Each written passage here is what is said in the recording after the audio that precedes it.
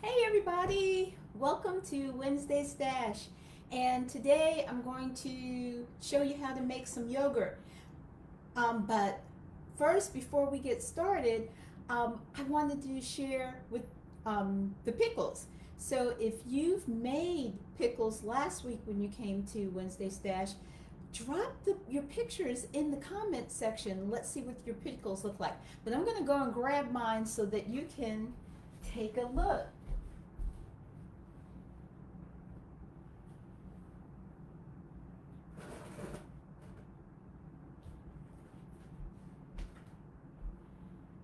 I don't know if you can see this. Okay, so they're still under the brining solution. Ooh, they smell good. I checked them yesterday. You can see they're a little cloudy as they continue to ferment. But I have some little stuff that's on top. So if you have anything that you notice growing on the top of your pickles, just go ahead, grab a spoon, and skim it off. And from this isn't fuzzy. This looks like little tiny bubbles, and this is yeast. So I'm going to go ahead and scoop all of this off, dump it in the sink, and I'll get the rest of it off. But so far, so good. But they're coming along well, and they smell really fresh. They still smell like cucumbers though. They don't have that distinctive pickle smell yet. So I'm going to put these back. And like I said, if you've been making any, go ahead, please drop those pictures down there and let's see what yours look like. Now, when we make yogurt, we are fermenting. It's lacto fermentation, like we have with our pickles. But it's different. The bacteria that's necessary in order to make the pickles is already on the cucumber. But for yogurt, it's different. We have to culture it. So for this, we're gonna add some culture to our milk. And basically what happens is the lactic acid bacteria convert the lactose, the milk sugar that's in the milk, and as it's consuming the sugar, it's making acid. And what the acid does, it brings the pH down, and it's a combination of things. That combination of lowering the pH, that's where it's going to preserve the milk, make it, a safe fermentation process, something safe for you to eat. And then also you get that tangy, characteristic yogurt flavor. That's what that lactic acid bacteria is doing for you. So the pH for milk is going to be about 7. It's about neutral. And as you're fermenting it, that pH is going to come down to 4. It's going to become more acidic. And that's where you get those protective measures from. Now, the easiest way to get your culture is from the supermarket. You don't need a whole lot. You just buy plain commercial, get the plainest one that you can find, plain commercial yogurt. It can be fat-free, it can be whole milk yogurt, it can be low-fat yogurt. You decide what type, but you just need a small amount of it. So you can get one of the little containers, single-serve containers, and that can be your starter culture. Okay? And what the starter culture does is it provides the live bacteria that you want, the live bacteria in order to culture your milk. So what you want to do is you want to always start with pasteurized milk. So raw milk may have E. coli in it, along with a bunch of other pathogens in it. And E. coli is acid resistant. So that pH lowering, the E. coli is not going to be affected, and then you can if you have E. coli growing in something, what's that going to do? It's going to make you really sick or kill you. So always use pasteurized milk. And what you're going to do, but before you just use the milk, you're going to prepare it. So if you noticed, I took it out of the pot. I had it in a bowl. I created a little double boiler. And the reason you're going to do that is you need to heat the milk to 180 degrees. Don't bring it to a boil. Bring it up to 180 degrees. And if you want a thinner yogurt, you can have it 180 degrees for 10 minutes. If you're looking for a thicker yogurt, you're going to hold it there for 20 minutes. But you don't want to boil it, okay? Just bring it to that temperature. Use your thermometer, monitor it, and hold it there. And when your time is up, then you're ready to work with it. So what you're going to do is, but you're not going to add your culture to 180 degree milk because that's going to kill the bacteria. So you're going to check it, and you're going to bring the temperature of your milk down to between 108 and 112 degrees. You know, so ideally shoot for 110 degrees. And let's see.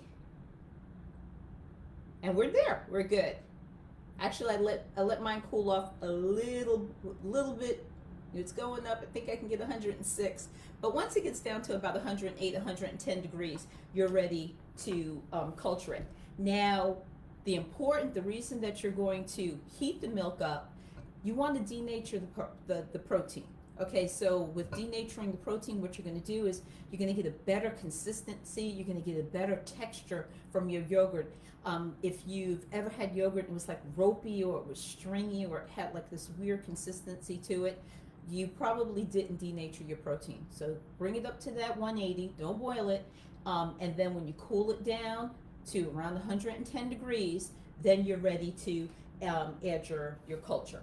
Now, you're going to use 1/4 cup of your culture, and the way you're going to do this, I forgot one thing. It's right here.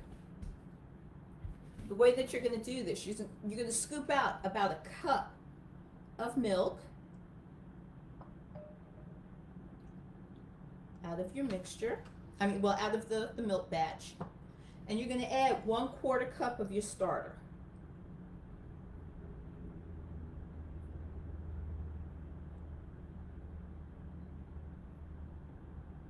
All right. And go ahead and mix that. I should have grabbed a bigger container, but it made it in there. Had this one. I had another whisk. And you're going to go ahead and whisk that in. Carefully, if you grabbed your 1 cup instead of your 2 cup mixing measuring cup, which I did.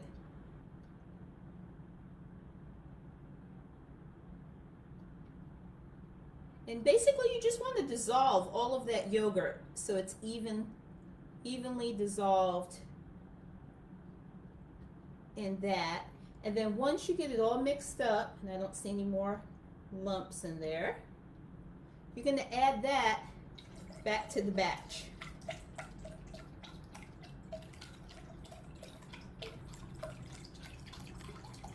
There we go. Excellent. And then you're just going to mix that all together. Okay, so now you've added your starter culture to your milk. Okay, now one of the things to keep in mind, using a commercial starter is a good idea, because what happens is, you want to get yogurt that has live cultures in it. You usually see on the back of the container, it contains live cultures. But you want to make sure that you have live cultures there so that you can know that you have enough bacteria in here that's going to consume the lactose, the milk sugar, and what it's going to do is it's going to bring the acid down. So bring the pH down, increase the acidity to it.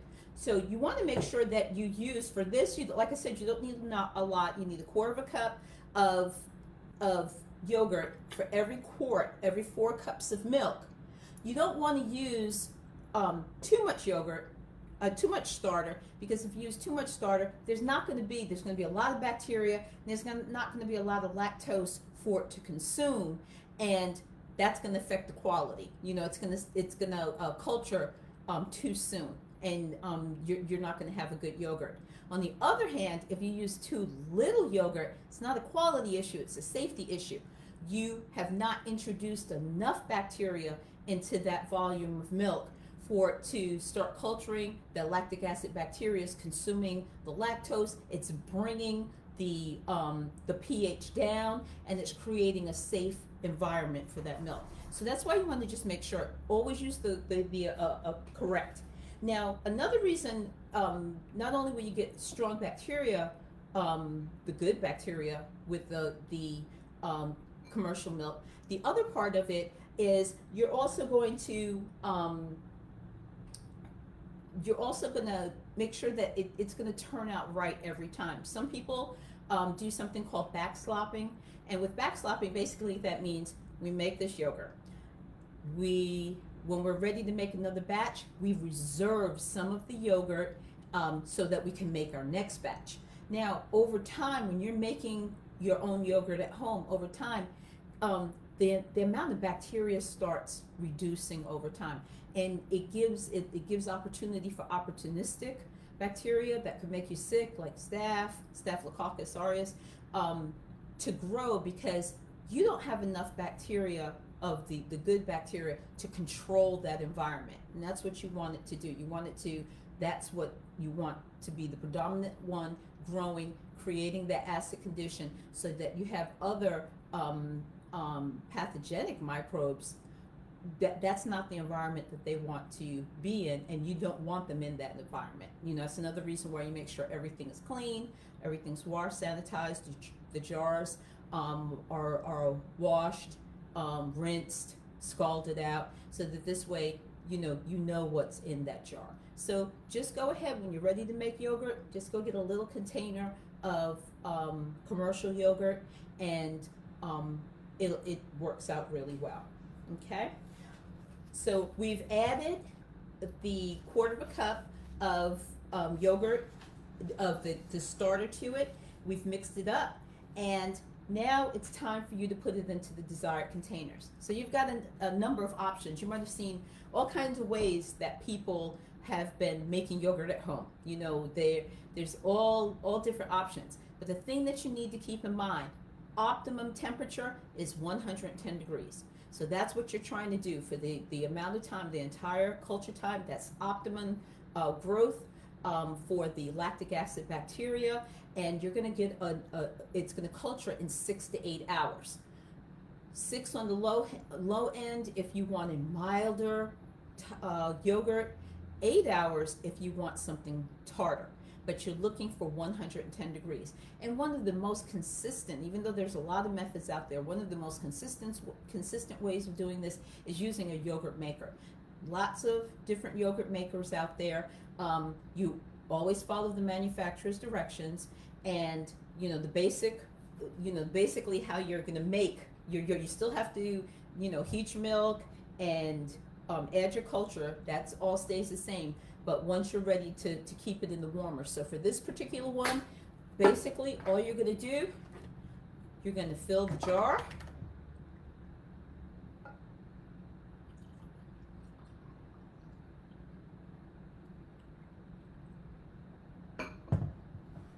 Put on the cap. Place it in. Once you have them filled in, you're going to hit the starter. It's there. When the time's up, when the time's up, you're just going to go ahead and take your jars, stick them in the refrigerator once they finish culturing. Okay? One of the things I will let you know, don't disturb anything while it's culturing. While you 4 hours in, don't decide that's a bad place for my yogurt maker. I need to move it somewhere else. You will disturb the gelling process. Your yogurt's not going to set up if you do that. So once you start it, leave it alone. So that's using a yogurt maker. Many people have multi-cookers. So multi-cookers work great for it also, and some have the yogurt button on there. You still have to follow the manufacturer's directions. You still have to, add your culture, do all of those things. But when it comes time to make your yogurt, some models, you can hit the yogurt button. That's wonderful. That's awesome. But you might have a multi-cooker that does not have the yogurt button on it, and it's okay also. Usually in the directions, they're in there, but basically you're going to put it on warm for 15 minutes, and put water. You're going to have water inside. Go by the instructions on how much water it says. I've seen some that say you need to add 5 cups of water. I've seen others that say you need to add 1 cup of water, but add the amount of water that you need. Put it in the container. For this one in here, just fill up. I have one, I have my half-pint jelly jars, and you just go ahead and fill it up. You have your water in the container. You're going to add your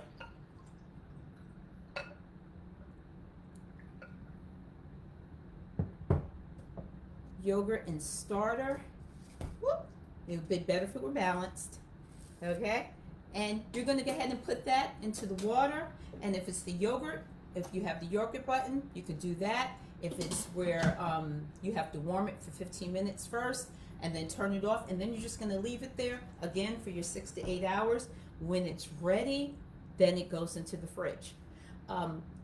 It takes about 3 hours. It's going to gel. It's going to set up while it's in the maker, but it's going to take about 3 hours in the refrigerator to get it to the right consistency, the right eating consistency. And then it's good in the refrigerator. You're going to have excellent quality for about 3 weeks. Just leave it in the fridge. You've got 3 weeks where you've extended the life of your milk for another 3 weeks. So that's it for this week's Wednesday Stash. Again, if you have those pickle pictures, drop those pickle pictures into the comments. I would love to see them. I'm going to finish skimming off my pickles over there. I'm going to finish skimming the top off, and then I'll let you see again next week what they're looking like. And that's it for this week's Wednesday Stash, where you learn how to make your food last longer. And next week, please join me. I'm going to show you how to make kimchi. That's a quick ferment. That one has really fast turnaround where, it's a lot, there's a bunch of steps to it. It's not difficult, but there are a lot of steps to it. But then you have kimchi in 1 to 2 days, delicious stuff. There's all kind of things that you can do with it. But I will see you next week on Wednesday Stash, and thank you for joining me. Bye.